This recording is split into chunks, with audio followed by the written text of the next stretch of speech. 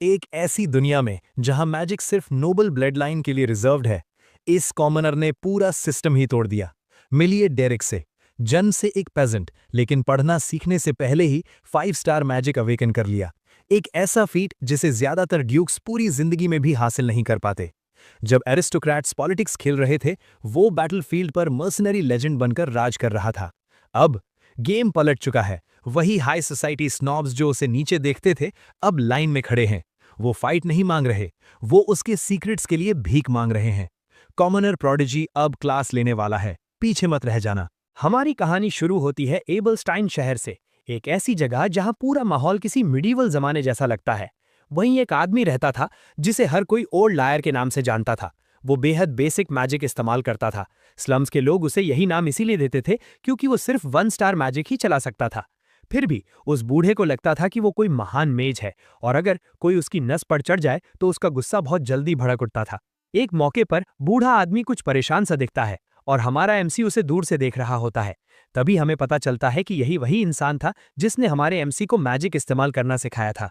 वो बताता है कि उसे अप्रेंटिस बनाने के पीछे कोई खास वजह नहीं थी, बस यूं ही उस बूढ़े मेज को अपने टेक्निक सिखाने के लिए फॉलोअर्स चाहिए थे, और उसी समय हमारा एमसी सिर्फ नॉलेज हासिल करना चाहता था। वक्त गुजरता गया, मौसम बदलते गए और उनकी ट्रेनिंग लगातार चलती रही। एक प्रैक्टिस सेशन के दौरान लड़के के चारों ओर नीली ऑरा उभरने लगती है।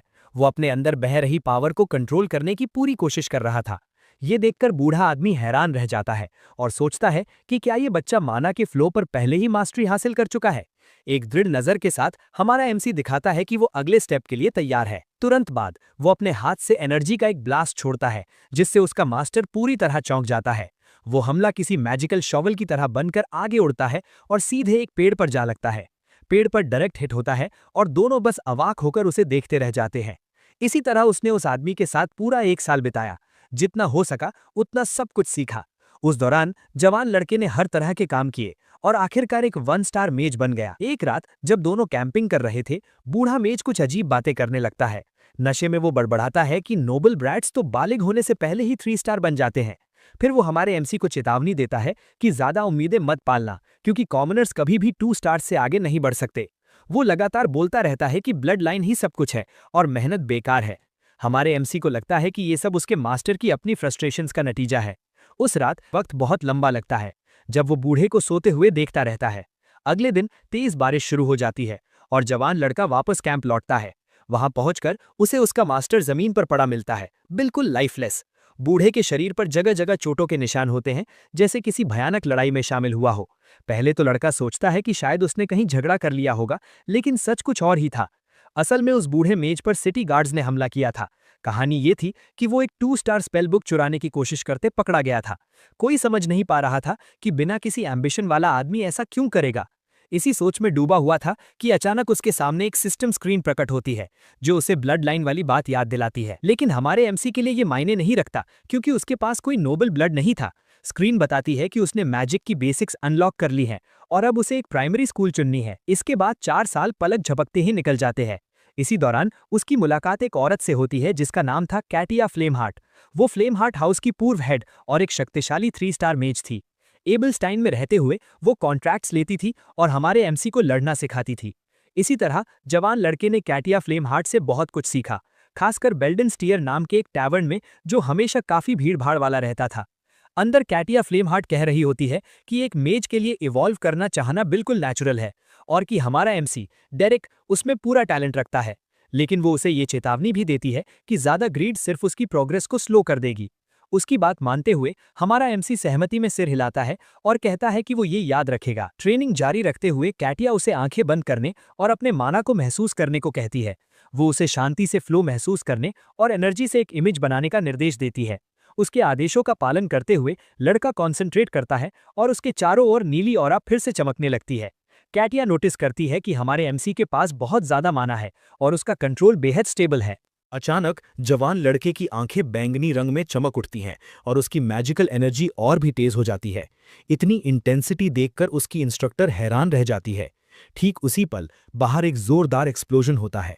अंदर मौजूद लोग घबरा जाते हैं, सोचने लगते हैं कि ये आवाज क्या थी। कुछ लोग सवाल करते हैं कि कहीं उन पर हमला तो नहीं हो गया, और किसी को बाहर भेजा जाता है हालात देखने के लिए। बिना किसी वार्निंग के कैटिया हमारे एमसी का हाथ पकड़ लेती है। वो डेरिक से कहती है कि चुप रहो और बस मेरे साथ चलो। इसी बीच सिटी गार्ड्स एक्सप्लोजन की वजह ढूंढ रहे होते हैं। कैटिया उसे जल्दी से एक गली में खींच लेती है, पूरे हंगामे से दूर निकलने की कोशिश में। डेरिक उसे फिर से मास्टर कहकर बुलाता है और एक्सप्लेनेशन मांगता है। कैटिया रुकती है और उसे बहुत ध्यान से सुनने को कहती है। गंभीर चेहरे के साथ हमारा एमसी इशारा करता है कि वो सुनने के लिए तैयार है। कैटिया समझाती है कि नोबल्स अपने प्रिविलेजेस को लेकर बेहद सेंसिटिव होते हैं और मैजिक सबसे बड़ा प्रिविलेज है। इसी वजह से इनेट स्ट्रेंथ सिर्फ नोबल्स के लिए ब्लेसिंग मानी जाती है, क्योंकि कॉमनर्स रेयरली इवॉल्व करते हैं। वो आगे कहती है कि हमारे एमसी ने जो अभी किया वो काफ़ी इंप्रेसिव था। फिर वो खुलासा करती है कि उसने एक 2 स्टार स्पेल, जिसका नाम ऑडिटरी हेल्यूसिनेशन है, इस्तेमाल किया था। एक सिस्टम स्क्रीन कंफर्म करती है कि 14 साल की उम्र में वो एक 2 स्टार मेज बन चुका है। उसके बाद कैटिया लड़के के साथ ट्रैवल करती है और उसे कई नए स्पेल सिखाती है। इसी तरह 1 साल बीत जाता है और फिर उसे शहर छोड़ना पड़ता है। उसे एल्वेस्टर काउंटी के लिए प्राइवेट ट्यूटर नियुक्त किया जाता है, जो एक बेहद इन्फ्लुएंशियल फैमिली है। ऐसा ऑफर कोई भी ठुकरा नहीं सकता था। इतने ऊंचे स्तर के नोबल के लिए टीचर बनना किसी ब्लेसिंग से कम नहीं था। जाने से पहले वो अपने अप्रेंटिस को एक 2 स्टार स्पेल बुक गिफ्ट करती है। अकेले अपने कमरे में हमारा एमसी उस किताब को ध्यान से देखता है। 1 और साल गुजरता है और वो अपने दम पर 2 और 2 स्टार स्पेल्स मास्टर कर लेता है। सिर्फ 16 साल की उम्र में जवान मेज के रुकने का कोई इरादा नहीं होता। वापस बेल्डन स्टीयर टैवर्न में मैनेजर डेरिक को बुलाता है, बेहद एक्साइटेड होकर, क्योंकि उसे आखिरकार एक अच्छा रिक्वेस्ट मिला होता है। हमारा एमसी पूछता है कि कैसा रिक्वेस्ट है। मुस्कुराते हुए आदमी बताता है कि ये रिक्वेस्ट हाउस ऑफ डुप्लेन यानी ग्रैंड डची से आई है। डेरिक हैरान रह जाता है कि इतनी बड़ी जगह उन्हें क्यों हायर करेगी। मैनेजर खुशी से फूला नहीं समाता, क्योंकि हाउस डिप्लेन पानी की तरह सोना खर्च करता है। वो एक्साइटमेंट में लड़के को पकड़कर कहता है कि ये फ्यूचर कनेक्शंस बनाने का मौका है। बेपरवाह रहते हुए हमारा एमसी बस जानना चाहता है कि काम क्या है। आदमी बताता है कि मिशन सिंपल है, बस उनकी टेरिटरी में कुछ मॉन्स्टर्स को सब्जुगेट करना है। इतनी पावरफुल फैमिली के लिए ये कहानी डेरिक को बेहद सस्पिशियस लगती है। इसी वजह से वो तुरंत जॉब मना कर देता है और मैनेजर से कहता है कि किसी और को बुला लो। टैवर्न से निकलते हुए डेरिक कहता है कि वो आमतौर पर सस्पिशियस जॉब्स नहीं लेता। हताश होकर मैनेजर समझाता है कि इस रिक्वेस्ट के लिए मेज चाहिए और आजकल मेज बहुत रेयर है।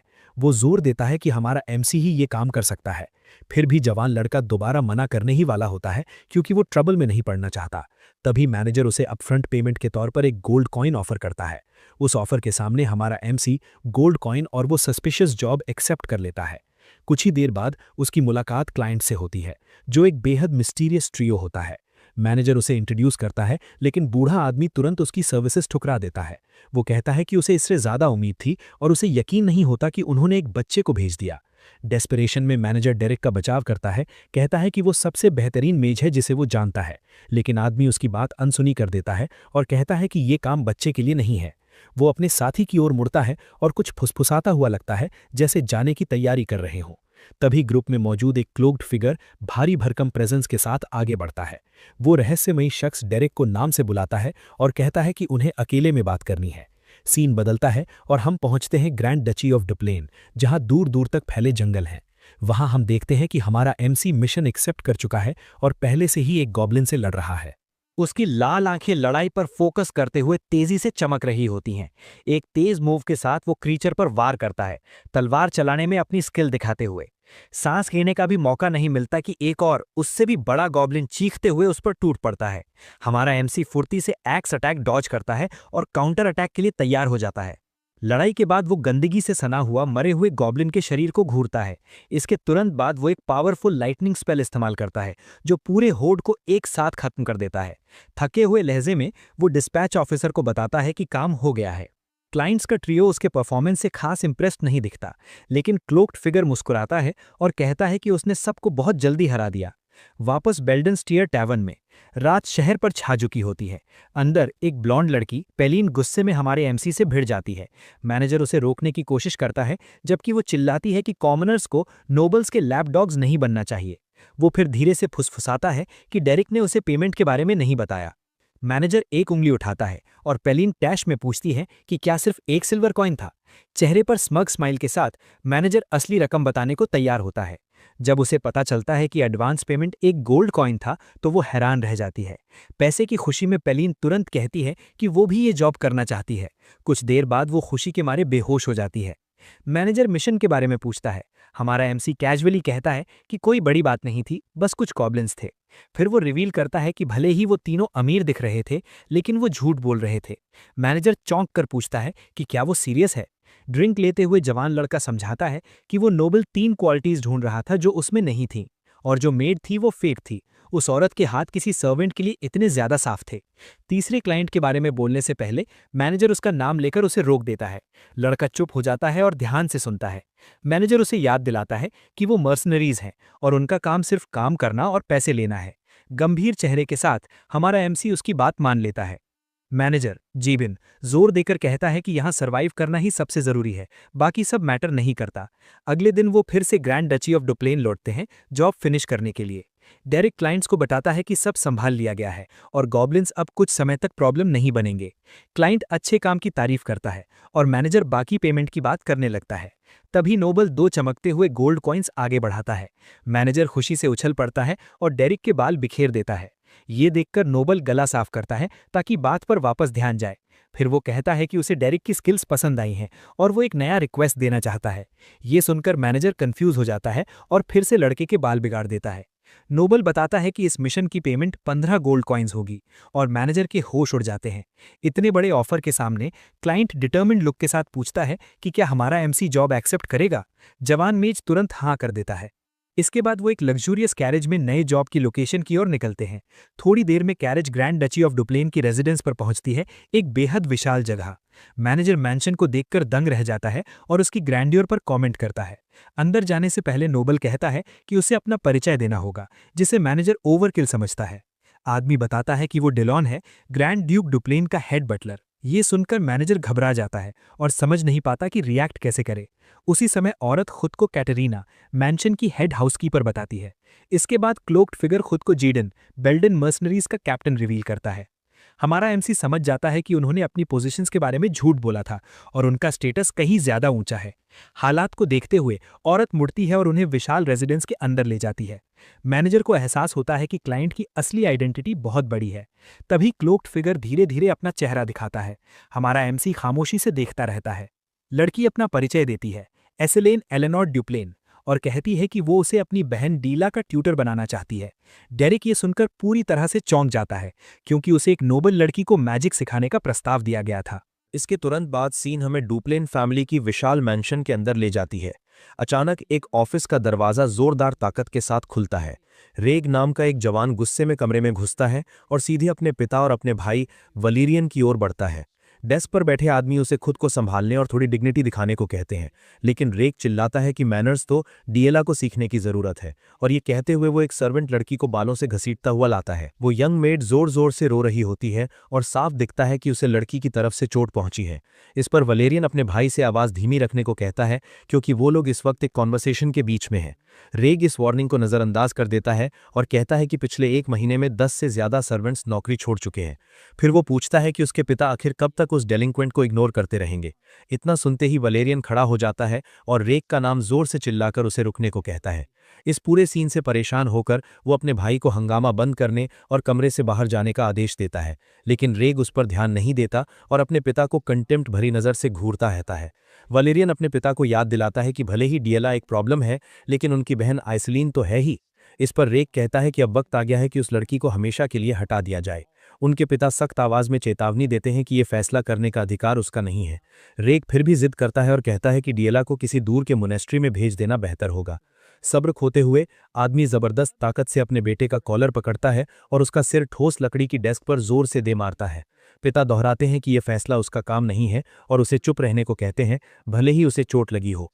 जाते जाते रेग चेतावनी देता है कि एक दिन उसके पिता को उस लड़की को लेकर फैसला करना ही पड़ेगा। आदमी बेहद गंभीर और चिड़चिड़े एक्सप्रेशन के साथ अपने बेटे को जाते हुए देखता रहता है। वापस प्रेजेंट में आइसलीन हमारे एमसी को मैंशन के लंबे चौड़े कॉरिडोर से होकर ले जा रही होती है। वो पूछती है कि क्या उसने डीएला का नाम सुना है, और वो कंफर्म करता है कि उसने रिकॉर्ड्स में देखा था।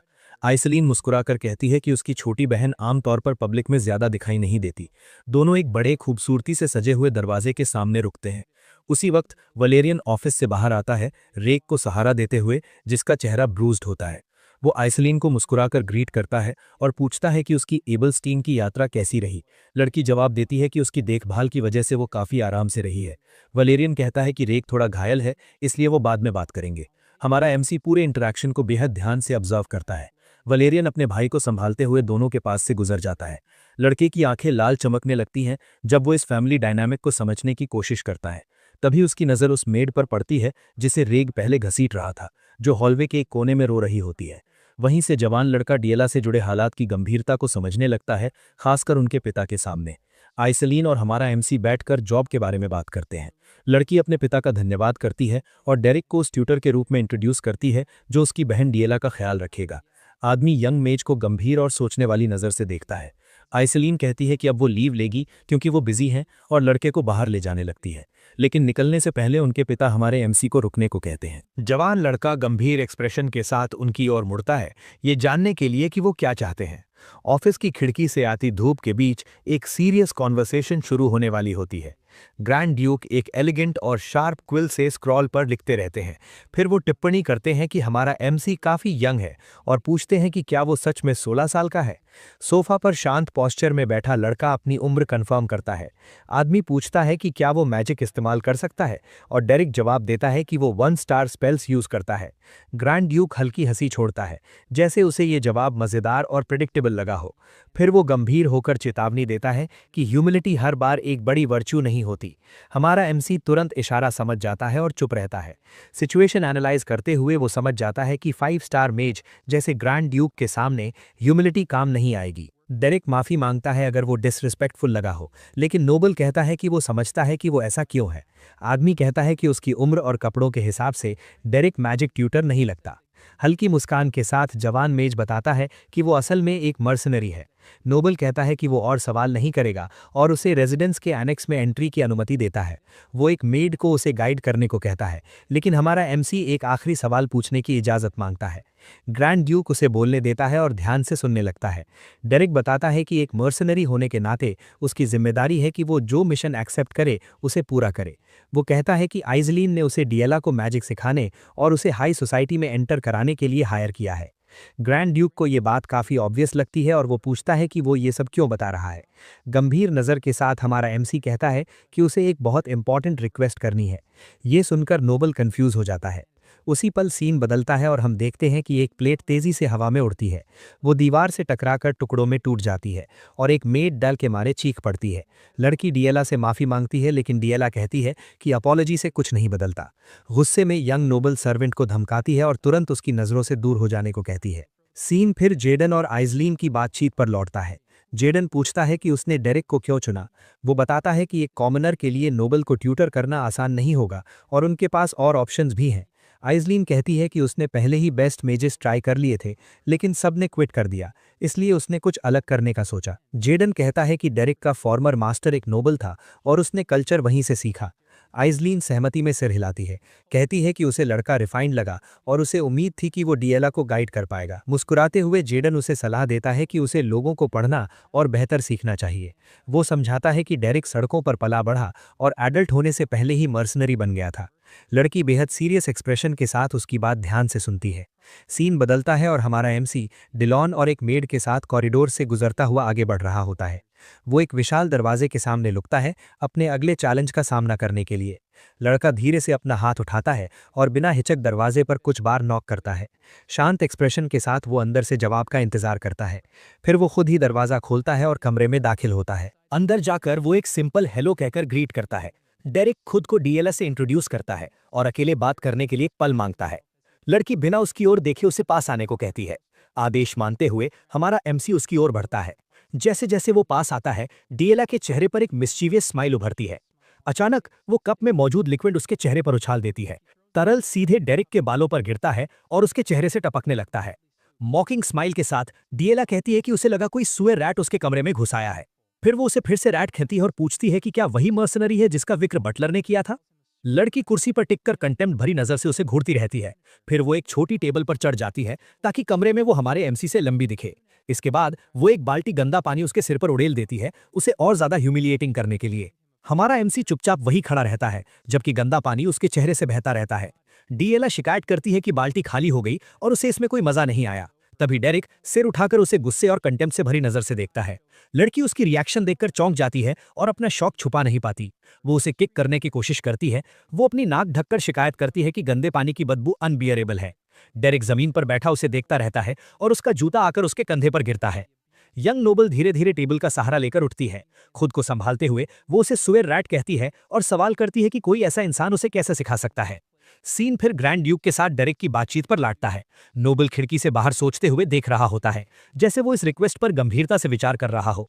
हमारा एमसी कहता है कि उसकी मौजूदगी इस बात का सबूत है कि डियाला की प्रॉब्लम आसान नहीं है। इसलिए वो पूछता है कि ग्रैंड ड्यूक उसे कितना अथॉरिटी देने को तैयार है ताकि वो उसे सिखा सके। नोबल गंभीर एक्सप्रेशन के साथ उसे घूरता रहता है, उसके सवाल को प्रोसेस करते हुए। वापस प्रेजेंट में डियाला जमीन पर पड़ी होती है, चेहरा लाल और पूरी तरह शॉक्ड। हमारा एमसी बिना कोई इमोशन दिखाए उसे नीचे से देखता है। लड़की जमीन पर ही पड़ी रहती है, डर और ध्यान से उसकी हर हरकत देखती हुई। वो सदमे में अपना हाथ चेहरे पर रखती है, ये यकीन ना करते हुए कि उस कमरे में अभी अभी क्या हुआ। डार्क लुक के साथ डेरेक उसे आदेश देता है कि तुरंत जमीन से उठो, कोई शिकायत नहीं। इसके बाद सीन हमें 3 साल पीछे ले जाती है, एक कार्ट में जो सड़क पर चल रही होती है। वहां एक छोटा डेरेक काटिया से पूछता है कि वो एक स्टबर्न और रिबेलियस स्टूडेंट से कैसे निपटेंगी। काटिया जवाब देती है कि वो पहले उस इंसान को समझने और अपनाने की कोशिश करेंगी ताकि शांति से प्रॉब्लम हल हो सके। हमारा एमसी इस आइडिया को बहुत आइडियलिस्टिक मानता है और पूछता है कि अगर ये काम ना करे तो क्या करें। काटिया कहती है कि टीचिंग का एसेंस स्टूडेंट को गाइड करना है और अगर एक्सेप्टेंस फेल हो जाए तो दूसरा अप्रोच चाहिए। डार्क लुक के साथ मास्टर बताती है कि दूसरा तरीका बस उनमें फियर ड्रिल कर देना है। वापस प्रेजेंट में डिएला अभी भी जमीन पर होती है, चेहरा लाल और पूरी तरह शॉक्ड। हमारा एमसी उससे कहता है कि दूसरों के साथ रिस्पेक्ट से पेश आओ और बिना उसे दोबारा आदेश दिए उठ जाओ। लड़की धीरे धीरे उठने लगती है। गुस्सा अब भी उसके चेहरे पर होता है, लेकिन आधे रास्ते में वो अचानक लड़के के चेहरे पर पंच मारने की कोशिश करती है। वो चिल्लाते हुए पूछती है कि उसकी हिम्मत कैसे हुई उस पर हाथ उठाने की। बिना हिचक डेरेक तेजी से हाथ घुमाता है और लड़की के चेहरे पर वार करता है। कोल्ड लुक के साथ वो चेतावनी देता है कि वो भी अपनी बात दोहराएगा नहीं और उसे दूसरों के साथ ठीक से पेश आना होगा। डिएला मॉकिंग स्माइल के साथ उसे घूरती है, जैसे वो अब भी उसकी हिम्मत पर यकीन नहीं कर पा रही हो। लड़की जोर से बटलर को पुकारती है, चिल्लाते हुए कहती है कि एक कॉमनर ने उसे छूने की हिम्मत की। उसी पल डिलॉन 2 मीड्स के साथ दौड़ता हुआ कमरे में घुसता है और घबराकर पूछता है कि क्या वो ठीक है। फिर बटलर गुस्से में डेरेक की ओर मुड़ता है और चिल्लाकर पूछता है कि वो समझता क्या है जो ऐसा कर बैठा। पूरी तरह शांत रहते हुए हमारा एमसी बस अपनी जेब से एक स्क्रोल निकालता है। वो डॉक्यूमेंट दिखाते हुए कहता है कि ग्रैंड ड्यूक ने उसे डायला को एजुकेट करने का पूरा अथॉरिटी दिया है। डिलॉन स्क्रोल पढ़ते ही सन्न रह जाता है और अपने मोनिकल से रॉयल सील को ध्यान से चेक करता है। डायला भी हालात देखकर स्तब्ध रह जाती है, उसे यकीन नहीं होता कि ये सब सच में हो रहा है। उसी रात बाद में पूरा चांद डुप्लेन मैंशन को रोशनी से नहला देता है, जो और भी ज्यादा विशाल और इंटिमिडेटिंग लगता है। कॉरिडोर्स में वलेरियन गुस्से में तेज तेज चलता है, जबकि रेग हर हाल में उसे शांत करने की कोशिश कर रहा होता है। वलेरियन एक कमरे का दरवाजा जोर से खोलता है और चिल्लाकर पूछता है कि क्या हमारा एमसी ही वो तथाकथित मर्सनरी है। डेरेक कमरे में हाथ में किताब पकड़े चुपचाप उसे देखता रहता है। गुस्से से तमतमाया वलेरियन उस पर झपटने की कोशिश करता है और पूछता है कि उसने उसकी बहन डायला को मारने की हिम्मत कैसे की। हमारा एमसी शांति से जवाब देता है कि ये सब ग्रैंड ड्यूक की इजाजत से हुआ था। रेग बीच में याद दिलाता है कि वो आइसलीन का गेस्ट है और उनके पिता ने भी इस एक्शन को अलाउ किया है। वलेरियन रेग को दखल न देने को कहता है और हमारा एमसी को अपने साथ कहीं और चलने का आदेश देता है। रेग हल्की मुस्कान के साथ कहता है कि डायला को एक लेसन की जरूरत थी और वलेरियन ज्यादा आगे नहीं जाएगा। हमारा एमसी बिना एक शब्द बोले दोनों को जाते हुए देखता रहता है। रेग बड़बड़ाता है और सोचता है कि उसका भाई उस होपलेस लड़की को क्यों बचा रहा है। वलेरियन और डेरेक एक दरवाजे के सामने पहुंचते हैं और नोबल उसे अंदर जाने को कहता है। वलेरियन बताता है कि ये डायला का कमरा था और उसके जाने के बाद से इसे छुआ तक नहीं गया। हमारा एमसी कमरे में रखी ईजल पर अधूरी पड़ी एक पेंटिंग को ध्यान से देखता है। नोबल बताता है कि उसकी बहन को ड्राइंग बहुत पसंद थी और जब वो उसे अपना काम दिखाने बुलाती थी तो बेहद प्यारी लगती थी। वो आगे कहता है कि उसने कभी भी अपनी पेंटिंग्स पूरी नहीं की, सिर्फ वही हिस्से बनाती थी जो उसे पसंद आते थे। इसके बाद वलेरियन अपने गुस्से के लिए माफी मांगता है, लेकिन डेरेक उसे चिंता न करने को कहता है। फिर वो पूछता है कि उसे इस कमरे में जो लड़की की पेंटिंग से भरा है क्यों लाया गया। वलेरियन कहता है कि डायला कंटेम्प्ट की हकदार थी, लेकिन वो फैमिली के ब्लड लाइन को लेकर ऑब्सेस्ड हो गई। इसी वजह से उसे मेन हाउस से निकालकर एनेक्स में बंद कर दिया गया। बेबस होकर वो कहता है कि अगर वो सिर्फ 1 स्टार मैजिक भी सीख ले तो वो अपने पिता को मना सकता है। वलेरियन जोर से और एमसी का हाथ पकड़ता है और गिड़गिड़ाते हुए उससे अपनी बहन डायला को बचाने की विनती करता है। हालात देखकर डेरेक उसे रोकता है और एक पल रुकने को कहता है। वो बताता है कि डायला ने मैजिक को छोड़ा नहीं है क्योंकि किताबें नोट से भरी पड़ी हैं। वो पूछता है कि क्या वो किताबें स्कूल ऑफ रेगुलेशंस की हैं और नोबल तुरंत हाँ में जवाब देता है। गंभीर एक्सप्रेशन के साथ हमारा एमसी लड़की की स्थिति को समझता हुआ लगता है। सीन में एक और अधूरी पेंटिंग दिखाई देती है, इस बार एक फॉरेस्ट की। इसके साथ ही आवर एमसी डिटर्मिन नज़र से मैजिक बुक को एनालाइज करता है। वो कहता है कि वो लड़की की मदद करने की कोशिश करेगा और किताब वलेरियन को लौटा देता है। सीन फिर रात में ड्यूप्लेन मैंशन के ऊपर जाता है। एनेक्स में डिएला अपने बिस्तर पर शांति से सो रही होती है, इस बात से अनजान कि आगे क्या होने वाला है। अचानक बिना किसी वार्निंग के ठंडे पानी की एक बाल्टी उस पर उड़ेल दी जाती है। लड़की झटके से जागती है और चीख पड़ती है, पूरी तरह भीगी हुई। डेरेक पूछता है कि क्या वो सच में अभी सोने का सोच रही थी। डिएला उसके दुस्साहस पर भड़क जाती है और चिल्लाकर पूछती है कि क्या वो पागल हो गया है जो उसके कमरे में घुस आया। लड़का उसकी बातों को नजरअंदाज करता है, उसका हाथ पकड़ता है और कहता है कि उन्हें कहीं जरूरी जगह जाना है। वो उसे कॉरिडोर से घसीटते हुए बाहर ले जाता है, जबकि वो मेड्स को चिल्लाकर बुलाती है कि उसे रोकें। बेपरवाह रहते हुए एमसी उसे मैंशन से बाहर अंधेरे फॉरेस्ट की ओर ले जाता है। वहां पहुंचकर वो उसे जमीन पर जोर से फेंक देता है और लड़की दर्द से चीख उठती है। वो चिल्लाकर कहती है कि अगर उसे लगता है कि वो इस तरह उसे कुछ सिखा सकता है तो वो सपना देख रहा है। लड़का कहता है कि वो सुनती ही नहीं और पूछता है कि क्या वो एक बहुत इंटरेस्टिंग फैक्ट सुनना चाहती है। क्रीपी स्माइल के साथ वो बताता है कि उसे एरोगेंट नोबल्स को उनकी जगह दिखाना बहुत पसंद है। डिएला पूरी तरह डर जाती है और पूछती है कि उसने अभी क्या कहा। आरएमसी कहता है कि ट्यूटर बनने की पूरी बात बस उसे पास लाने का बहाना थी। वो पास झुककर बताता है कि ये बहाना था एरोगेंट नोबल्स जैसे उसे गिराने का। अपनी तलवार निकालते हुए वो कहता है कि नोबल्स की चीखें कितनी खूबसूरत लगती हैं। लड़की पीछे सरकती है और पूछती है कि क्या उसे लगता है कि वो इससे बच निकलेगा। हथियार हाथ में लिए वो याद दिलाता है कि उसे मोनेस्ट्री भेजा जा रहा है और कोई उसकी बात पर यकीन नहीं करेगा। डेरिक आगे कहता है कि अगर कुछ हो भी गया तो वो अपनी जान देकर कीमत चुका देगा। डरावनी मुस्कान के साथ वो कहता है कि उसे हटाकर वो उसके परिवार पर एहसान ही करेगा। उसी पल डिएला घबरा जाती है और समझ जाती है कि अगर वो पकड़ी गई तो यहीं खत्म हो जाएगी। इसी वजह से वो उठकर अंधेरे फॉरेस्ट में जान बचाकर दौड़ने लगती है। वो सोचती है कि उसे फॉरेस्ट में उसे चकमा देना होगा, क्योंकि वो इस जगह को अच्छी तरह जानती है। यंग नोबल को लगता है कि अगर वो मैंशन तक लौट आई तो वही मारा जाएगा। अचानक भागते हुए डिएला को अपने पीछे आग की ऑरा महसूस होती है। अगले ही पल रात के अंधेरे में एक विशाल फायरबॉल बनता है। आरएमसी बिना हिचक फायरबॉल उसकी दिशा में छोड़ देता है। डिएला शॉक में सोचती है कि क्या ये फायरबॉल है। वो पैनिक कर जाती है क्योंकि फायरबॉल एक 2 स्टार मैजिक है और कोई काम ऑनर इसे इस्तेमाल नहीं कर सकता। सिनिस्टर स्माइल के साथ हमारा एमसी लड़की की डिस्पेयर को देखता रहता है। फायरबॉल जमीन पर उसके बेहद करीब आकर टकराता है। फ्लेम्स तेजी से उसकी ओर बढ़ती है और यंग नोबल डर के मारे चीखती है। इम्पैक्ट से गिर पड़ती है। फायरबॉल पूरी ताकत से एक्सप्लोड करता है। शॉक वेव उसे दूर उछाल देती है। जमीन पर पड़ी डिएला जोर से निगलती है। उसका दिल डर से तेज धड़क रहा होता है। आरएमसी मुस्कुराते हुए पास आता है और कहता है कि लगता है निशाना चूक गया। बिना सोचे लड़की उठती है और फिर से फॉरेस्ट में दौड़ने लगती है। नफरत भरी नजर से वो भागते हुए पीछे मुड़कर उसे देखती है, लेकिन दौड़ के बीच उसका पैर पेड़ की जड़ में अटक जाता है। वो जमीन पर गिर जाती है और थकावट से उठ नहीं पाती। दर्द में कराहते हुए वो उठने की कोशिश करती है और देखती है कि उसके चेहरे के सामने एक आइस ब्लेड तनी हुई है। आइस एरो अंधेरी रात में तेजी से चमक रहा होता है। डर से उसकी आंखें फैल जाती हैं जब आइस मैजिक उसकी ओर आता है। आइस एरो उसके पास से गुजरकर फॉरेस्ट फ्लोर में धंस जाता है। सामने अटका हुआ अटैक देखकर लड़की डर से पूरी तरह जड़ हो जाती है। हमारा एमसी उसकी स्पीड की तारीफ करता है, कहता है कि एनेक्स में रहने वाले किसी के लिए ये इंप्रेसिव है। थकी हुई यंग नोबल भारी सांसें लेती है और डर से उसे घूरती रहती है। हार न मानते हुए वो फिर उठती है और डेस्परेट होकर दौड़ने लगती है। हमारा एमसी हल्की मुस्कान के साथ बस उसे भागते हुए देखता रहता है। लड़की पैनिक कर जाती है, ये जानते हुए कि इस रफ्तार से वो आखिरकार पकड़ ली जाएगी। डेस्परेशन उस पर हावी हो जाती है जब उसे समझ आता है कि भागने के लिए कोई जगह नहीं बची। तभी लड़का घुटनों के बल बैठता है और फॉरेस्ट फ्लोर पर एक ट्रैकिंग स्पेल इस्तेमाल करता है। वो आगे रास्ते को देखता है और आसानी से उसका ट्रेल पकड़ लेता है।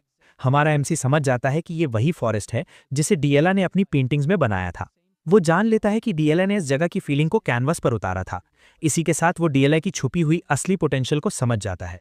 कॉर्नर्ड होकर डिएला चीखती है और डेस्परेशन में एक पत्थर उसकी ओर फेंक देती है। बेपरवाह हमारा एमसी अपनी तलवार संभालता है। तेज मूवमेंट के साथ वो पत्थर को बीच से काट देता है। डिएला हैरान रह जाती है कि उसने इतनी आसानी से उसका हमला रोक लिया। वो उसकी फाइटिंग स्पिरिट की तारीफ करता है क्योंकि उसने भागने के बजाय लड़ने का फैसला किया। पूरी तरह एग्जॉस्टेड यंग नोबल भारी सांस लेती है और खड़ी नहीं रह पाती। हमारा एमसी कहता है कि उसके पास अब दौड़ने की ताकत नहीं बची। तलवार उसकी ओर ताने हुए वो पूछता है कि क्या उसके पास कहने के लिए आखिरी शब्द है। उस हालत में भी डिएला मॉकिंग लाफ करती है और कंटेम्प्ट से उसे घूरती है। वो कहती है कि वो माफी नहीं मांगेगी और उसे चुनौती देती है कि उसे एक बार में खत्म कर दे। डेरेक पूछता है कि वो इस ब्लड लाइन के चक्कर में इतनी ऑब्सेस्ड क्यों है। लड़की कुछ पल चुप रहती है, आंखों में आंसू लिए उसके सवाल पर सोचती हुई। वो कहती है कि अगर उसका ब्लड लाइन छीन लिया गया तो उसके पास कुछ भी नहीं बचेगा। डेस्परेशन में वो मैजिक शब्द बार बार चिल्लाने लगती है। फिर गुस्से में उसे घूरकर पूछती है कि क्या उसे लगता है कि उसने कभी सीखने की कोशिश नहीं की। हमारा एमसी बिना एक शब्द कहे उसके आउटबर्स्ट को चुपचाप सुनता रहता है। डिएला चीखती है कि चाहे वो जितनी भी कोशिश करे कुछ भी काम नहीं करता। आंखों में आंसू लिए वो सोचती है कि ब्लड लाइन के अलावा उसके पास बचा ही क्या है। वो अपनी आइडेंटिटी पर सवाल उठाती है, जबकि हमारा एमसी बस खामोशी से देखता रहता है। डेरेक कुछ पल शांत रहता है, जैसे उसकी बातों को समझ रहा हो। तभी नीली ऑरा उसके तलवार को ढकने लगती है। डिएला आंसू भरी आंखों से उसकी ओर देखती है, ये नहीं जानती कि आगे क्या होगा। तलवार उठाते हुए वो कहता है कि उसने एक रात के लिए उसका ड्रामा काफी सुन लिया है। डरावनी ठंडक के साथ हमारा एमसी अलविदा कहता है और लड़की बिना एक पल गवाए पैनिक कर जाती है। यंग मेज पूरी ताकत से तलवार नीचे घुमाता है। डिएला आंखें कसकर बंद कर लेती है, फाइनल ब्लो का इंतजार करती हुई। कुछ पल बाद वो महसूस करती है कि कुछ भी नहीं हुआ। तलवार ने उसके सामने आइस क्रिस्टल्स की एक विशाल दीवार बना दी थी। यंग नोबल सिर उठाकर आइस मैजिक को देखती है, पूरी तरह इंप्रेस्ड। बैरियर की दूसरी तरफ हमारा एमसी उसकी रिएक्शन ऑब्जर्व करता है। अचानक डिएला के हाथों में नीली ऑरा चमकने लगती है और उसे एहसास होता है कि उसने मैजिक इस्तेमाल किया है। हमारा एमसी तेज और सटीक मूवमेंट के साथ अपनी तलवार शीथ में डाल देता है। वो उसे अच्छी तरह करने पर बधाई देता है और पहले उसके साथ बदतमीजी करने के लिए माफी मांगता है। लड़की चुपचाप उसे देखती रहती है, अभी भी सब कुछ प्रोसेस कर रही होती है। डेरेक समझाता है कि ये बस माना का मैनिफेस्टेशन था, लेकिन फिर भी वो कर पाई। यंग नोबल अपने इमोशंस रोक नहीं पाती और जोर से रोने लगती है। डिएला खुशी से चिल्लाती है कि वो आखिरकार थोड़ा से मैजिक इस्तेमाल कर पाई। हमारा एमसी बस उसे देखता रहता है जब वो अपनी सारी दबाई हुई फ्रस्ट्रेशन बाहर निकालती है। जब वो शांत हो जाती है तो वो बताता है कि वो स्कूल ऑफ द वाइल्ड से है। ये सुनकर लड़की पूरी तरह कंफ्यूज रह जाती है। वो उसे बताता है कि ज्यादातर नोबल स्कूल ऑफ रेगुलेशन से सीखते हैं और यही वजह थी कि उसे इतनी परेशानी हुई। डेरिक समझाता है कि रेगुलेशन थ्योरी से सीखने की कोशिश करना ऐसा था जैसे जबरदस्ती ऐसे कपड़े पहनना जो फिट ही नहीं होते। यंग नोबल पूछती है कि उसने इतनी जल्दी कैसे समझ लिया कि वो स्कूल ऑफ द वाइल्ड से है। मुस्कुराते हुए लड़का बताता है कि उसने उसकी बनाई ड्राइंग्स देखी और उनमें बहता हुआ मैना महसूस किया। वो आगे कहता है कि स्कूल ऑफ द वाइल्ड के मेजेस बचपन से ही नेचर के मैना को महसूस कर पाते हैं। डीला ये सुनकर हैरान रह जाती है और समझ जाती है कि वो शुरू से उसके बारे में सही था। एमसी उठ खड़ा होता है और कहता है कि अभी के लिए इतना काफी है। वो उसे चेतावनी देता है कि उसने मैना मैनिफेस्ट तो कर लिया है, लेकिन अभी उसे बहुत लंबा रास्ता तय करना है। लड़की उसका नाम पुकारती है, डेरिक, और वो उसकी ओर मुड़ता है। डीला बाहें बांधे थोड़ी एम्बैरेस्ड हालत में उसका शुक्रिया अदा करती है। एमसी कुछ पल चुप रहता है, ये नहीं समझ पाता कि क्या कहे। फिर वो उसे चलने का इशारा करता है और दोनों वापस मैंशन की ओर बढ़ जाते हैं। चलते हुए डेरिक एक पेंटिंग की तारीफ करता है और डीला बताती है कि वो उसकी मास्टरपीस थी। अगली सुबह सूरज की रोशनी कमरे को भर देती है और एक नए दिन की शुरुआत होती है। अपने बिस्तर पर डीला जागती है और पहले से ज्यादा कॉन्फिडेंट और डिटर्मिन महसूस करती है। वो हाथ आगे बढ़ाती है और पूरी कॉन्सेंट्रेशन के साथ फिर से मैना मैनिफेस्ट करने की कोशिश करती है। फोकस्ड नजर से वो अपने अंदर बहती एनर्जी को कंट्रोल करने की कोशिश करती है, लेकिन मैजिक बिखर जाता है और उसे एहसास होता है कि पावर को संभालना अब भी बहुत मुश्किल है। उसी दौरान एक मेड कपड़ों की टोकरी उठाए उसके कमरे की ओर आती है। अचानक डीला जोर से दरवाजा खोलती है और सर्वेंट उसकी अचानक मौजूदगी से चीख पड़ती है। घबराहट में उसके हाथ से बाल्टी गिर जाती है। गंदा पानी यंग नोबल के पैरों पर छटक जाता है और वो बिना कोई रिएक्शन दिए वहीं खड़ी रहती है। डर के मारे वो औरत बार बार माफी मांगती है, सोचती है कि हमेशा की तरह उसे मार पड़ेगी। डार्क लुक के साथ डीला कुछ पल उसे चुपचाप घूरती रहती है। डर के मारे वो औरत जमीन पर गिरकर माफी की भीख मांगने लगती है, लेकिन डीला बस इतना कहती है कि अगली बार ज्यादा ध्यान रखा करे और वहां से चली जाती है। मेड जमीन पर बैठी हैरान रह जाती है और सोचती है कि लड़की ने उसे मारा क्यों नहीं। बाकी सर्वेंट्स भी आ जाते हैं और ये जानकर चौंक जाते हैं कि डीला ने सिर्फ सावधान रहने की चेतावनी दी। उसी समय आरएमसी अपने कमरे में शांति से सो रहा होता है, हंगामे से बेखबर। अचानक कोई दरवाजा पीटते हुए उसका नाम चिल्लाता है और वो घबराकर जाग जाता है। नींद में डूबा हुआ वो आंखें मलता है और सोचता है कि बाहर क्या चल रहा है। तभी डीला डेलॉन के साथ कमरे में घुस आती है और जोर देकर कहती है कि वो उसे मैना कंट्रोल करना सिखाए।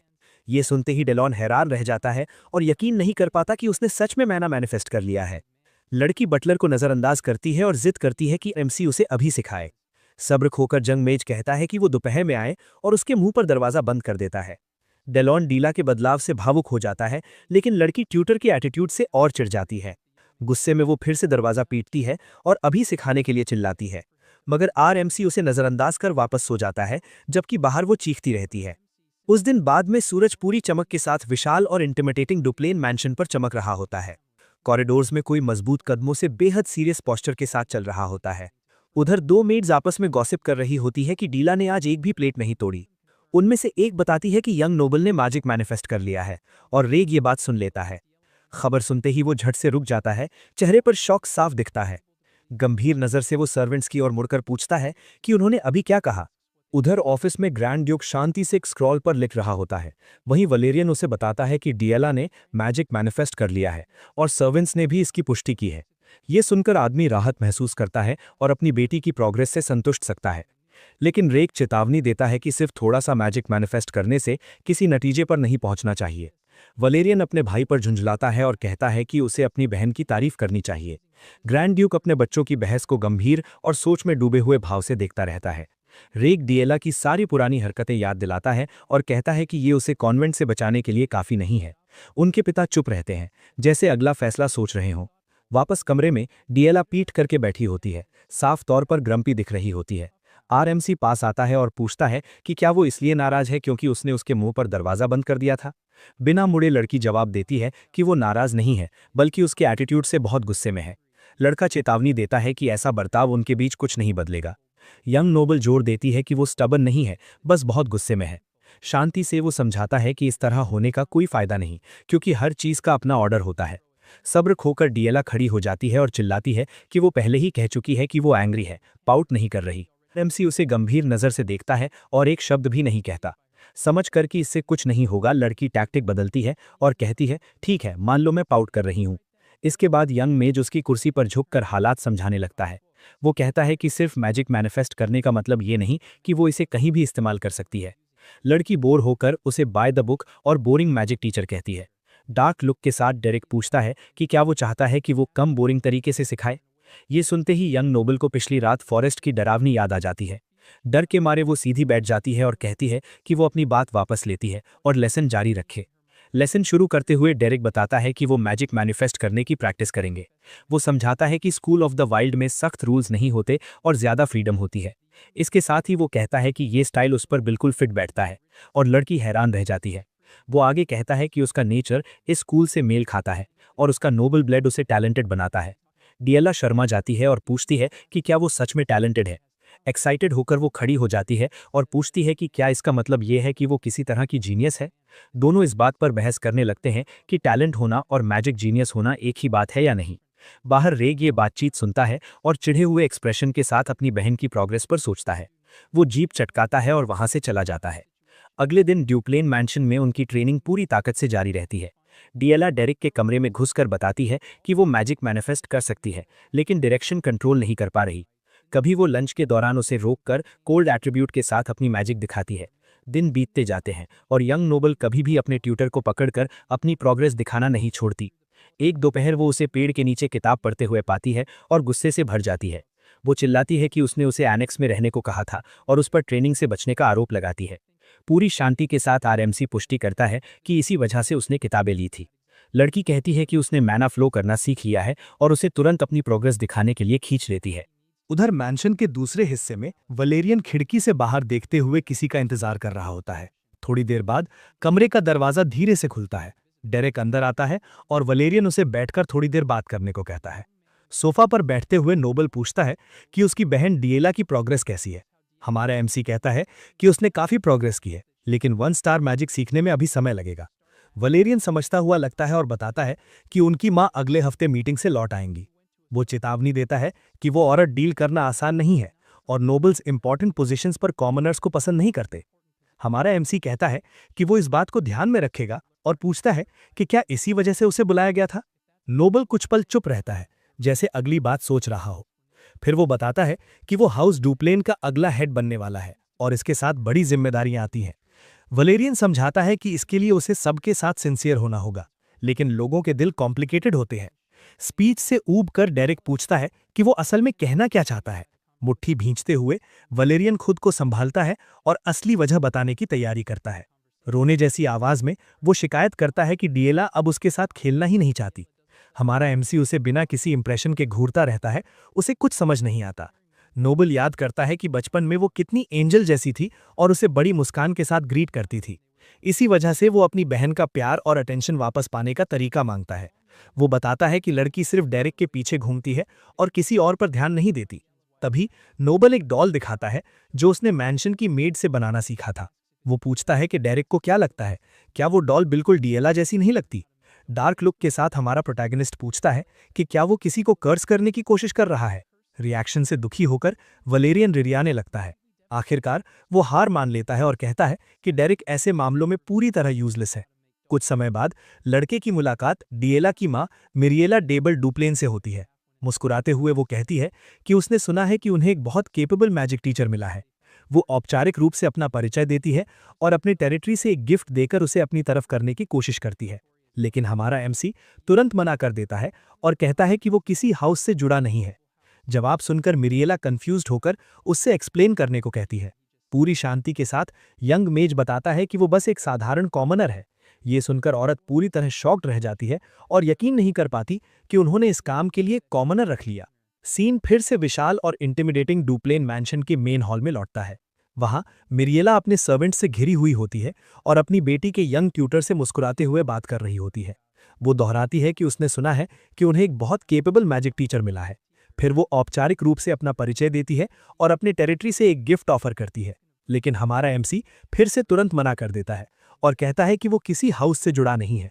जवाब सुनकर मिरिएला कंफ्यूज्ड होकर उससे एक्सप्लेन करने को कहती है। पूरी शांति के साथ यंग मेज बताता है कि वो सिर्फ एक कॉमनर है। नोबल वुमन स्टन्ड रह जाती है और यकीन नहीं कर पाती कि उन्होंने इस काम के लिए कॉमनर रख लिया। यहीं से कहानी एक हफ्ते पीछे जाती है फैमिली मैंशन के सामने। वहां आइसेलीन डेरिक को उसकी बहन की देखभाल की जिम्मेदारी लेने के लिए धन्यवाद देती है। मुस्कुराते हुए वो बताती है कि उसे एबलस्टीन लौटना है और डिएला को उसके भरोसे छोड़ देती है। हमारा एमसी बस इतना कहता है कि वो हालात समझता है और डिएला का ख्याल रखेगा। तभी टैवर्न मैनेजर पास आता है और मजाक करता है कि उसका जवाब बहुत लाइफलेस था। मैनेजर उसे जल्दी चीजें सुलझाने को कहता है क्योंकि पेलीन गुस्से में आने वाली है। इसके बाद यंग मेज चुपचाप कैरेज को जाते हुए देखता रहता है। अचानक आइसेलीन को याद आता है कि वो एक बहुत जरूरी बात भूल गई है। उसे याद आता है कि उसकी मां अगले हफ्ते लौट रही है और वो ये बात डेरेक को बताना भूल गई थी। आदमी को समझ नहीं आता कि ये बात इतनी जरूरी क्यों है। तभी आइसलेन समझाना शुरू करती है कि उसकी मां से डील करना थोड़ा मुश्किल है। वो उस औरत को गुस्से और तबाही की सजीव देवी बताती है। वर्तमान में लौटते ही मिरिएला अपने पति पर चिल्ला रही होती है, उनकी बेटी के कॉमनर ट्यूटर को लेकर। पूरी शांति के साथ ग्रैंड ड्यूक उससे आवाज थोड़ी कम रखने को कहता है, लेकिन औरत उसकी बात अनसुनी कर देती है और कहती है कि असली समस्या उनकी सबसे छोटी बेटी ही है। आदमी समझाता है कि उसे भी घर में इंपॉर्टेंट पोजीशन पर कॉमनर रखना पसंद नहीं है, लेकिन वो उसे याद दिलाता है कि नोबल लीनिएज वाले सारे ट्यूटर्स नौकरी छोड़कर जा चुके हैं। इसी वजह से वो जोर देता है कि ये आइसलीन ही थी जिसने उस लड़की की रिकमेंडेशन दी थी। फिर भी मिरिएला अड़ी रहती है कि फैमिली को एक तय स्टैंडर्ड बनाए रखना चाहिए। वो सुझाव देती है कि उसका छोटा भाई फ्लैम लड़की को पढ़ा सकता है। इस पर ग्रैंड ड्यूक को फ्लैम को उसकी ड्यूटी से हटाकर प्राइवेट ट्यूटर बनाने का विचार बेतुका लगता है। मिरिएला भड़क उठती है और कहती है कि उनका सोशल सर्कल भी एक जंग है जिसमें स्ट्रैटेजी की जरूरत होती है। वो अपने पति की ओर उंगली उठाकर कहती है कि बिना फैमिली नेम वाले कॉमनर ट्यूटर के साथ उनकी बेटी मजाक बन जाएगी। वेलेरियन बीच में आकर अपनी मां को शांत कराने की कोशिश करता है और कहता है कि वो अपने पिता से इस तरह झगड़ा ना करे, लेकिन औरत अपने बेटे की भी नहीं सुनती और उसे बाहर जाने को कहती है, ये कहते हुए कि मामला बहुत गंभीर है। रेक भी बाद में कूदता है और कहता है कि असली सवाल ये है कि उस कॉमनर में ट्यूटर बनने की क्वालिफिकेशन है या नहीं। मिरिएला रेक की इस बात पर मुस्कुराती है, जबकि वेलेरियन हालात को लेकर काफी चिंतित दिखता है। रेक समझाता है कि नोबल को कॉमनर पढ़ाए ये नॉर्मल नहीं है, लेकिन अगर उसमें एबिलिटी है तो कोई दिक्कत नहीं। इसी वजह से वो डेरिक की क्वालिटी परखने के लिए मैजिक ड्यूएल का प्रस्ताव रखता है। ग्रैंड ड्यूक तुरंत अपने बेटे को रोक देता है और चेतावनी देता है कि हमारा एमसी एक असली इमेज है। पिता की इस बात से काटे जाने पर रेक के चेहरे पर झुंझलाहट आ जाती है। हार ना मानते हुए वो सुझाव देता है कि डायला को ही टेस्ट किया जाए ताकि उसकी प्रोग्रेस देखी जा सके। वेलेरियन अपने भाई की लॉजिक नहीं समझ पाता और उसे उलझी हुई नजर से देखता है। रेक समझाता है कि अगर डेरिक अच्छा टीचर है तो डायला के पास दिखाने के लिए अच्छे रिजल्ट्स होने चाहिए। उनके पिता चुप रहते हैं, जैसे अपनी ही बेटी को टेस्ट करने के प्रस्ताव पर विचार कर रहे हो। वेलेरियन रेक को रोकने की कोशिश करता है, लेकिन वो पहले ही कमरे से निकल चुका होता है अपने प्लान को लागू करने के लिए। बड़ा भाई अपनी बहन के लिए मैजिक ड्यूएल का आइडिया सुनकर अपने भाई की समझदारी पर सवाल उठाता है। रेक को लगता है कि डायला बदल चुकी है और वो उसे उसकी सारी हरकतें याद दिलाता है। वेलेरियन बहस करता है कि वो उनकी इकलौती बहन है और उन्हें हर हाल में उनकी रक्षा करनी चाहिए। तंज भरी मुस्कान के साथ रेक पूछता है कि क्या वो सच में इस ब्लड लाइन वाली बकवास पर यकीन करता है। वो चिल्लाकर कहता है कि यही खून लंबे समय से उनके हाउस को नीचे खींचने की कोशिश कर रहा है। वेलेरियन हैरान रह जाता है और सोचता है कि क्या उसका भाई सच में डायला के बारे में ऐसा महसूस करता है। रेक कहता है कि उसके लिए सबसे अच्छा यही है कि वो हमेशा एनेक्स में बंद रहे, और वहां से चला जाता है। गंभीर एक्सप्रेशन के साथ वेलेरियन अपने भाई को जाते हुए देखता रहता है, बिना कुछ कहे। कॉरिडोर की ओर देखते हुए उसकी आंखों में डिटर्मिनेशन झलकती है, जैसे वो कुछ प्लान कर रहा हो। उसी दिन बाद में मैंशन के पास एक पेड़ पर चिड़िया शांति से चहचहाती है। अचानक डायला बेहद एक्साइटेड एक्सप्रेशन के साथ हमारा एमसी के कमरे में घुस आती है। यंग मेज उसे झुंझलाकर देखता है और पूछता है कि इतनी सुबह उसे क्या चाहिए। तभी वो जिस किताब को पढ़ रहा होता है उसके ऊपर जोर से एक स्क्रॉल फेंका जाता है। बाहें बांधकर लड़की चेतावनी देती है कि अगर वो इस मैजिक ड्यूएल में हार गई तो उसकी नौकरी चली जाएगी। हमारा एमसी स्क्रॉल पढ़ता है और चेतावनी देता है कि रेग पहले से ही एक्सपीरियंस्ड 1 स्टार मेज है, इसलिए उसके लिए जीतना मुश्किल होगा। डेरिक की इस बेपरवाही पर डियला आग बबूला हो जाती है और चिल्लाती है कि अगर वो ये अहम लड़ाई हार गई तो वो उसे निकाल देगी। मुस्कुराते हुए लड़का कहता है कि वो एक मर्सिनरी है और सिर्फ वही काम करता है जिसके लिए उसे पैसे मिले हों। वो ये भी बताता है कि मैंशन में अपनी सर्विस के लिए उसे पहले ही काफ़ी पेमेंट मिल चुकी है। लड़की उसके एटीट्यूड से सन्न रह जाती है और पूछती है कि क्या उसे सच में इस बात की परवाह नहीं कि उसे निकाल दिया जाएगा। इसके बाद एक हफ्ता तेजी से गुजर जाता है और बड़े मुकाबले का दिन आ जाता है। आउटडोर अरीना में ड्यूप्लेन फैमिली और उनके सर्वेंट्स इस बड़े शोडाउन को देखने के लिए इकट्ठा होते हैं। ग्रैंड ड्यूक और उसकी पत्नी इम्पोजिंग पोस्चर के साथ फाइटिंग ग्राउंड्स की ओर बढ़ते हैं। वहां पहुंचकर आदमी एमसी को देखता है, जो पहले से ही बैटलफील्ड पर इंतजार कर रहा होता है। यंग मेज बहुत शांत और सीरीन एक्सप्रेशन के साथ नोबल को सम्मान से बो करता है। ग्रैंड ड्यूक उसे ध्यान से परखता है और देखता है कि लड़का जरा भी नर्वस नहीं लग रहा। इसी वजह से वो बैठ जाता है और सोचता है कि इतना कॉन्फिडेंट ट्यूटर को हटाने का अभी समय नहीं है। उसी पल रेग धीरे धीरे बैटल अरीना के सेंटर की ओर बढ़ता है। गंभीर और फोकस्ड नज़र के साथ वो आने वाले कॉन्फ्रंटेशन के लिए खुद को तैयार करता है। वो साफ कर देता है कि ये कोई सिंपल फाइट नहीं होगी, क्योंकि वो डिएला को पूरी तरह तोड़ना चाहता है। यंग मैन कसम खाता है कि वो डिएला को उसकी आखिरी हड्डी तक उसके हर किए पर पछतावा करवाएगा। इसके तुरंत बाद यंग नोबल हुड पहने और बेहद गंभीर एक्सप्रेशन के साथ अरीना में प्रवेश करती है। सीन फ्लैशबैक करता है उस बातचीत पर जहां वो पूछती है कि क्या उसे इस बात की परवाह नहीं कि आगे क्या होगा। एमसी कहता है कि उसकी मैजिकल ग्रोथ सही रास्ते पर है और आगे इवॉल्व करेगी। आंखों में आंसू लिए लड़की पूछती है कि वो ड्यूप्लेन ब्लड की बात क्यों कर रहा है। वो उसे याद दिलाता है कि स्कूल ऑफ द वाइल्ड सिर्फ टीचिंग लेने पर नहीं, बल्कि सेल्फ स्टडी पर ज्यादा फोकस करता है। हताश होकर यंग नोबल चिल्लाती है और पूछती है कि वो ये सब अभी क्यों कह रहा है। डेरिक उसे चुपचाप घूरता रहता है, उस पल उसका जवाब नहीं देता। उदास एक्सप्रेशन के साथ डिएला मान लेती है कि वो उसके लिए अच्छी स्टूडेंट नहीं रही। फिर भी वो उससे सीखते रहने की भीख मांगती है, क्योंकि वो किसी और ट्यूटर को नहीं चाहती। एमसी उसकी गुहार सुनता है, उसकी ओर पीठ किए हुए, और सोच में पड़ जाता है।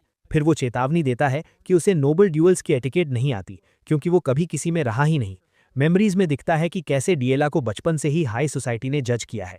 डेरिक कहता है कि वो उसे लड़ाई जीतना सिखा सकता है और पूछता है कि क्या वो यही चाहती है। यादों में दिखता है कि कैसे हर किसी ने उसे ड्यूप्लेन फैमिली के लिए डिसअपॉइंटमेंट माना। आंसुओं से भरे चेहरे के साथ लड़की उसकी मदद स्वीकार करती है और उससे जीत दिलाने को कहती है। इसी वजह से डिएला अरीना में रेक की छोटी बहन बनकर नहीं उतरी थी। एमसी समझ जाता है कि वो वहां हाउस ड्यूप्लेन की यंगेस्ट भी नहीं थी। उस पल यंग नोबल बस एक मेज थी, डेरिक की स्टूडेंट, जो लड़ने के लिए पूरी तरह तैयार खड़ी थी। डुप्लिन का बैनर ट्रेनिंग ग्राउंड के ऊपर हवा में लहरा रहा था। उसका क्रेस्ट गहरे क्रिम्सन कपड़े पर फैला हुआ था। उसके नीचे अरीना पूरी तरह सील्ड खड़ा था। बैटलफील्ड पर सन्नाटा छा गया जब डिएला स्पारिंग ग्राउंड के सामने खड़ी थी। उसका पोस्चर स्थिर था, लेकिन भीतर से तनाव साफ झलक रहा था। ग्रैंड स्टीवर्ड डेलॉन आगे बढ़ा और शांत स्वर में घोषणा की, हम हाई रैंक मेजेस के स्पारिंग रूल्स लागू करेंगे। जिस भी पक्ष से जनरल पेलम का प्रोटेक्टिव मैजिक सर्कल पहले एक्टिवेट होगा उसे हार घोषित किया जाएगा। इतना कहते ही मुकाबले की शुरुआत मानी गई। डिलॉन के शब्दों के साथ डिएला ने नजर उठाई। उसकी आंखें रैग से जा मिली। एक पल के लिए जैसे पूरी दुनिया उसी एक नजर में सिमट गई हो। रैग का एक्सप्रेशन काबू में था, लेकिन उसकी आंखों के पीछे कुछ तेज और खतरनाक छिपा हुआ था। वो इरादा जिसने डिएला की इंस्टिंक्ट्स को तुरंत चेतावनी दे दी। सिग्नल दिया गया। इसके बाद स्क्रीन पर एक मैजिक पेंडेंट दिखाया गया। हल्की चमकती हुई रोशनी पानी की लहरों की तरह बाहर की ओर फैलने लगी। इसे जनरल पेलम्स प्रोटेक्टिव मैजिक सर्कल कहा जाता था।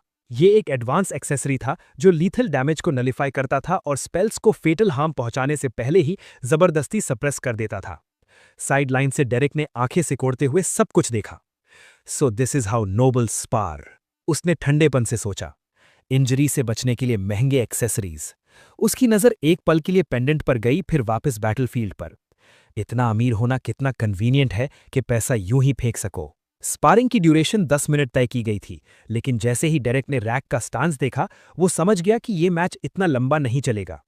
रैग का कोई इरादा नहीं था इसे खींचने का। रैग ने एक हाथ उठाया और मैजिक स्पेल एन्चार्ड करना शुरू किया। नियॉन ग्रीन मैना उसके हथेली के चारों ओर इकट्ठा होने लगी।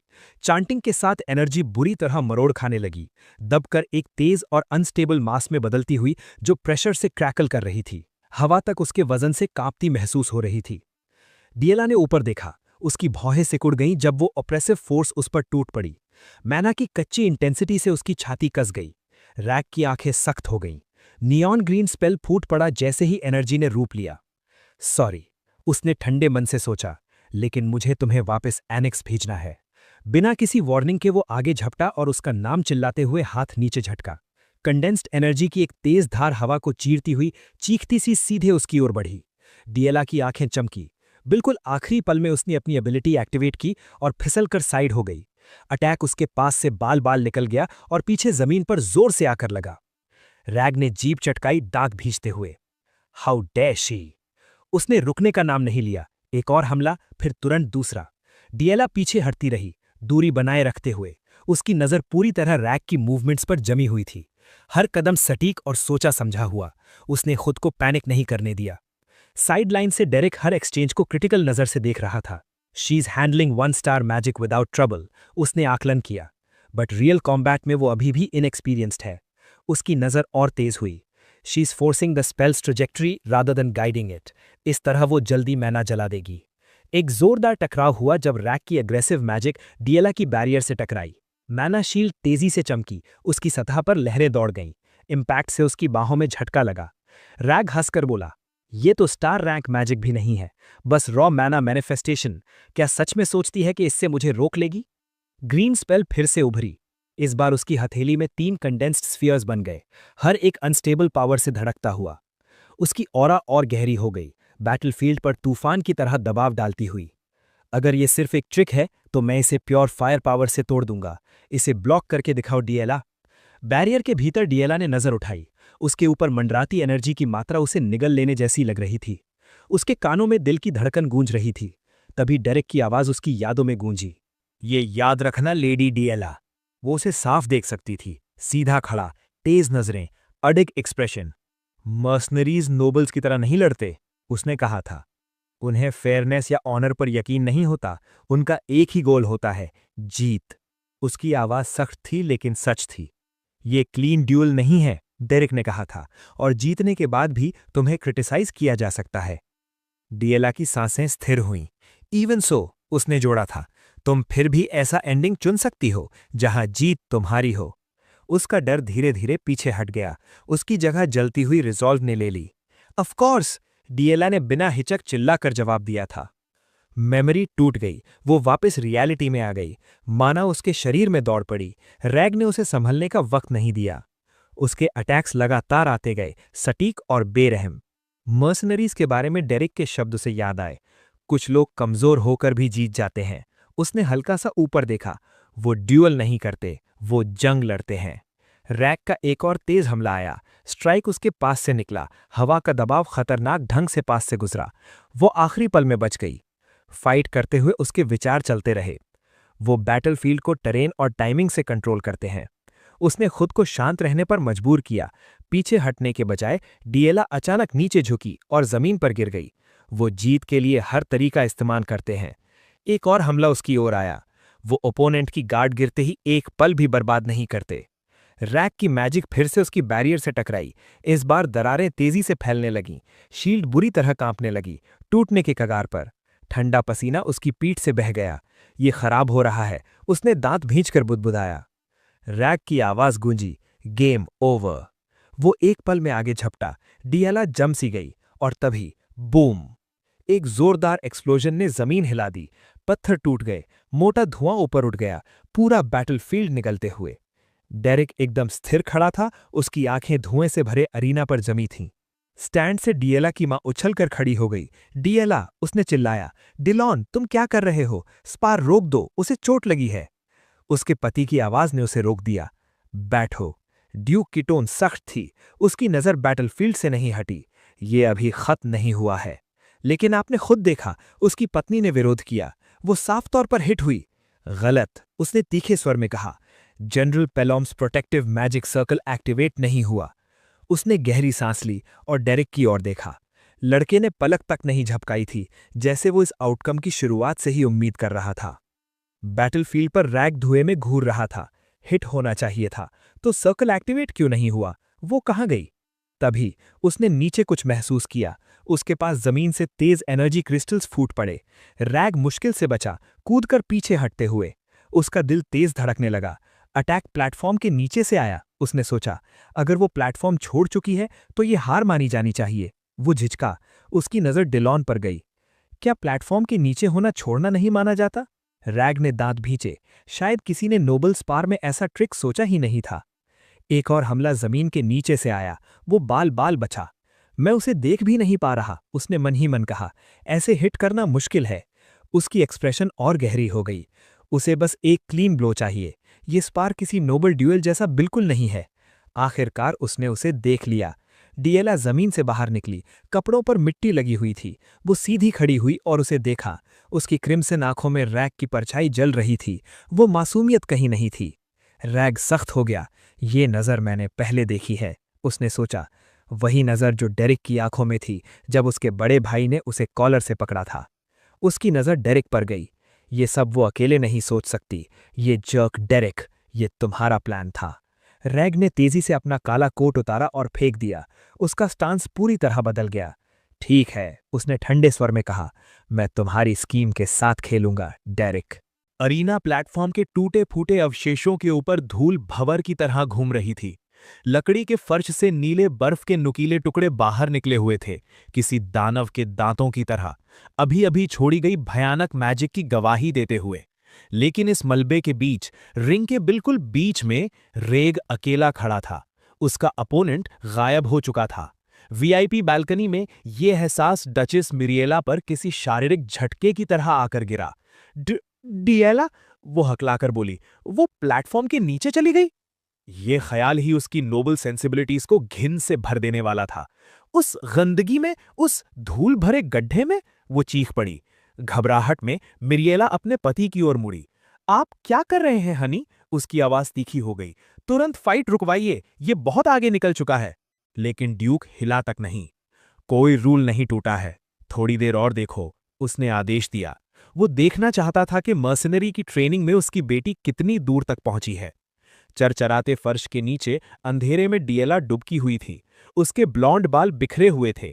ड्रेस गंदगी से सनी थी, लेकिन उसकी आंखें, उसकी नीली आंखें एक ठंडी शिकारी फोकस से जल रही थीं, जैसी हमने पहले कभी नहीं देखी थीं।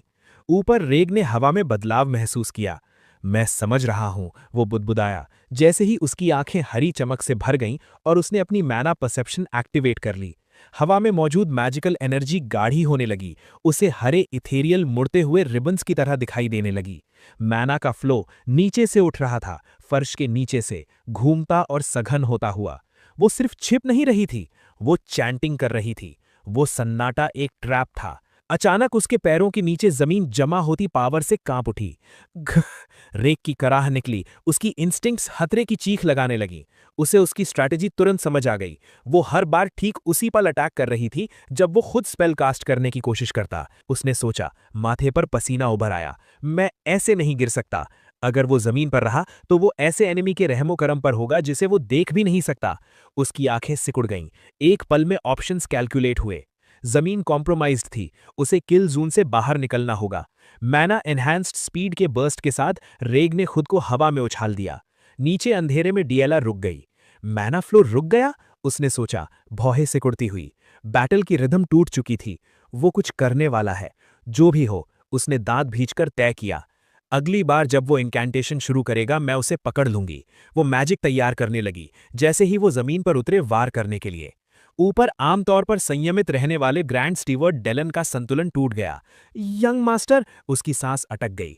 रेग ने ग्रेविटी और उम्मीदों दोनों को चुनौती दे दी थी। वो दर्जनों फीट ऊपर एक सेरेमोनियल फ्लैगपोल की नोक पर बेहतरीन बैलेंस के साथ खड़ा था। इस दूरी से वो मेरे मैना पर रिएक्ट नहीं कर पाएगी। उसने टैक्टिकल स्टेलमेट को एनालाइज किया। वो अंडरग्राउंड सरप्राइज अटैक से सुरक्षित था, लेकिन पसीने की एक बूंद उसके चेहरे से नीचे फिसल गई। यहां से स्पेल कास्ट करना नामुमकिन है। अगर वो नीचे के मेज में टारगेट पिन पॉइंट नहीं कर सकता तो उसके पास एक ही ऑप्शन बचता था, पूरे मेज को ही हटा देना। वर्ड्स किसे चाहिए जब रॉ पावर हो? मैं पूरा प्लेटफॉर्म ही नष्ट कर दूंगा, उसने तय किया। अगर वो फ्लोर के नीचे छिपेगी तो वो फ्लोर ही मिटा देगा। गूंजती हुई दहाड़ के साथ रैग ने एक विशाल आइस स्पीयर छोड़ा, जो सीधे अरीना के दिल में जा घुसा। साइड लाइन से डेरिक बिना भाव बदले देख रहा था। इम्पैक्ट विनाशकारी था। पहले से कमजोर हो चुकी लकड़ी की स्ट्रक्चर पूरी तरह बिखर गई। अंडरग्राउंड का सेंचुरी फट पड़ा, लकड़ी के टुकड़ों और धूल के बादल में बदलते हुए। रैग उसी तबाही के साथ नीचे उतरा, अपने पर्च से कूदकर मलबे की बीच आ गिरा। डचिस, मेरी अला! वीआईपी बॉक्स से चीख पड़ी। उसका चेहरा डर से बिगड़ गया था। रैग जोर से जमीन पर गिरा। झटका उसकी हड्डियों तक गया। एक मोटा दम घोटने वाला डेब्रिस क्लाउड उसे तुरंत ढक गया। धूल घूमती रही, सब कुछ छुपाती हुई। तभी एक सिलुएट उभरी। टैप टैप टैप, दौड़ते कदमों की आवाज। रैग जम गया। उसकी शिकारी इंस्टिंक्ट्स चीख उठी। वो कोलैप्स से बच गई थी। उसने जरा भी देर नहीं की। धूल बैठने से पहले ही रैग ने उंगलियां चटकाईं।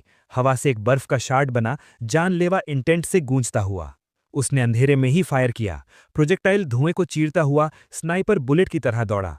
डीएलआर ने नीली रोशनी की झलक आखिरी पल में देखी। उसकी आंखें शौक से फैल गईं। उसने अपनी मैजिक से बचाव करने की कोशिश की, लेकिन उसके पास अब मैना नहीं था। आइस स्पीयर उसके चेहरे के पास से गुजरा, उसके ब्लॉन्ड बालों की कुछ लटें काटता हुआ। ठंडी हवा ने उसकी त्वचा को काटा, उनकी रॉ पावर के अंतर की डरावनी याद दिलाते हुए। अब वो सिर्फ एड्रेनलिन पे चल रही थी। ड्रेस फटी हुई, मैना पूरी तरह एग्जॉस्टेड। रैग ने प्रेशर बनाए रखा, डरावनी स्पीड से दूरी घटाते हुए। क्लोज रेंज में एडवांटेज मेरा है, उसने सोचा। उसका हाथ जानलेवा ठंड से चमक रहा था। बस एक मैजिक एरो और रैग ने झपट्टा मारा, और तभी डीएलआर ने उसे जोर से किक मारी। फिर वो अचानक नीचे झुकी, हाथ से टूटी हुई मिट्टी उठाई। एक जंगली सैवेज मोशन में जो किसी स्ट्रीट अर्चिन को भी शर्मिंदा कर दे। उसने रेत और कंकड़ का एक मुट्ठी भर रैग के चेहरे पर फेंक दिया। ओह! रैग चिल्लाया। उसका कॉन्सेंट्रेशन और स्पेल दोनों टूट गए। वो लड़खड़ा गया, मैजिक से नहीं बल्कि इस टैक्टिक की बेहूदगी से। तुम! उसने गुस्से में चेहरा पोंछा, और तभी सच उस पर किसी स्पेल से ज्यादा भारी बनकर गिरा। लात मारना, मिट्टी फेंकना, उसके पास बिल्कुल भी मैना नहीं बचा था। वो जानती थी कि वो पावर की टक्कर में जीत नहीं सकती, और फिर भी वो ये कर रही थी। वो इम्पॉसिबल ऑड्स के सामने बस एक सेकंड और जिंदा रहने के लिए खुद को कीचड़ में घसीट रही थी। रैग की पॉस्चर से एरोगेंस बहने लगा। पहली बार उसे कोई डिसग्रेस नहीं दिखा, उसे एक फाइटर दिखा। ठीक है डीएलआर, उसने ऑडियंस की ओर पीठ की। उसकी आवाज से तिरस्कार गायब हो चुका था। वो अब उसे कुचलने वाला कीड़ा नहीं समझ रहा था। अब मैं भी पूरी ताकत से लड़ूंगा, तुम्हारे भाई के तौर पर। डीएलआर मलबे के बीच खड़ी थी और उसका भाई सीधा खड़ा हुआ। उसने अपनी चोट को छुआ, उंगलियां लाल हो गईं। क्रिम्सन की गर्म धार उसकी कनपटी से नीचे बहने लगी। दुनिया जैसी धीमी पड़ गई। क्राउड का शोर फीका पड़ गया और उसकी जगह एक शांत रात की याद आ गई, तारों के नीचे। इसे पेंटिंग के ब्रश स्ट्रोक्स की तरह सोचो। डेरिक की आवाज उसके मन में गूंजी, शांत, स्थिर। माना तुम्हारा पेंट है और स्पेल कास्टिंग तुम्हारा ब्रश, उसने समझाया था। हवा में तैरते पेंट को ब्रश से इकट्ठा करो और पूरा इमेज बनाओ। तब डेरिक के साथ नीले विस्प्स को रात के आसमान में नाचते देखते हुए उसे एक एपिफेनी हुआ था। मैजिक जोर से पावर निकालने का नाम नहीं था, वो वहां मौजूद चीज को शेप देने का नाम था। वही है मैजिक, डेरिक ने कहा था। वापस वर्तमान में। डिएला ने आंखें बंद की, दर्द को फोकस में बदलते हुए। माना इस पेन, उसने महसूस किया। उसकी पीड़ा एक कॉन्डुइट बन गई। स्पेल्स ही ब्रश है। एक चमकदार एज्योर ऑरा उसके चारों ओर फूट पड़ी। स्पेक्टेटर्स सन्न रह गए। ये डेस्परेट नॉविस की कियोटिक एनर्जी नहीं थी। ये कंट्रोल्ड थी, एलिगेंट थी और खौफनाक रूप से प्रिसाइज। मैं महसूस कर रही हूं, उसने फुसफुसाया। मेरी उंगलियों पर माना पेंट का इस्तेमाल करो, ड्रॉ करने के लिए। जैसे जैसे उसने एनर्जी बुनी, उसके आसपास की हवा क्रिस्टलाइन परफेक्शन में जमने लगी। नीली रोशनी और तेज हो गई, उसके घायल शरीर को मेजेस्टिक ग्लो में नहलाते हुए। उसने आंखें खोली। अब उनमें एक ट्रू मेज का जागरण जल रहा था। वही है मैजिक। ग्राइंड स्टीवर्ट का संयम टूट गया। दैट इज, वो हाफ उठा। यहां तक कि डचेस मिरिएला भी जड़ हो गई। हनी, डिएला? वो अपनी बेटी को देख रही थी, उस लड़की को जिसे सबने नकारा था, एक परफेक्ट मैजिकल फॉर्मेशन बनाते हुए। वो 1 स्टार मैजिक इस्तेमाल कर रही है। बैटलफील्ड पर रेग ने आइस को मटीरियलाइज होते देखा। उसकी पुरानी एरोगेंस पूरी तरह शॉक में बदल चुकी थी। वो स्ट्रक्चर पहचानता था, माना की डेंसिटी। आइस स्पीयर्स, तुमने कर दिखाया डिएला। एक ग्रेसफुल थ्रस्ट के साथ डिएला ने अपनी मास्टरपीस पूरी की। एक विशाल रेजर शार्प आइस स्पीयर आगे बढ़ा, हवा को चीरता हुआ, खूबसूरत और जानलेवा। उसने आखिरकार अपना इमेज पेंट कर लिया था और वो वेपन सीधे उस भाई की ओर था जिसने उसे कम आंका था। लेकिन इससे कुछ नहीं बदलता। रेग दहाड़ा। उसकी माना भड़क उठी जैसे ही उसने छोटे तेज प्रोजेक्टाइल्स की बौछार बुलाई। मैं इसे हिट करने से पहले रिलीज कर दूंगा, इसका कॉन्सेंट्रेशन तोड़ दूंगा और तब मैं जीतूंगा। डिएला ने हाथ आगे बढ़ाया। रेग ने इंटरसेप्टर्स फायर किए। दोनों ताकतें टकराईं। बर्फ और माना का अंधा विस्फोट। बूम! एरीना सफेद रोशनी और जमा देने वाली धुंध में डूब गया। डिएला! मिरिएला की चीख गूंजी। पूरा स्टेडियम कांप उठा। शॉकवेव ने दर्शकों को ऐसी ठंडी हवा से झकझोर दिया जो हड्डियों तक जमा दे। फिर सन्नाटा। सफेद धुआं स्टेडियम के खंडहरों पर भारी होकर लटका रहा। कुछ नहीं हिला। धीरे धीरे धूल छटने लगी। एक सिलुएट दिखी, फिर दूसरी। साइडलाइन से डेरिक चुपचाप देख रहा था। उसकी लाल आंखें धुंध को चीर रही थीं। वो मुस्कुराया नहीं, वो सिर्फ अपनी रिफॉर्मेशन का नतीजा देख रहा था। लेकिन जब धुआं पूरी तरह छटेगा तो आखिर कौन खड़ा बचेगा? हे दोस्तों, इस वीडियो को देखने के लिए आपका बहुत बहुत शुक्रिया।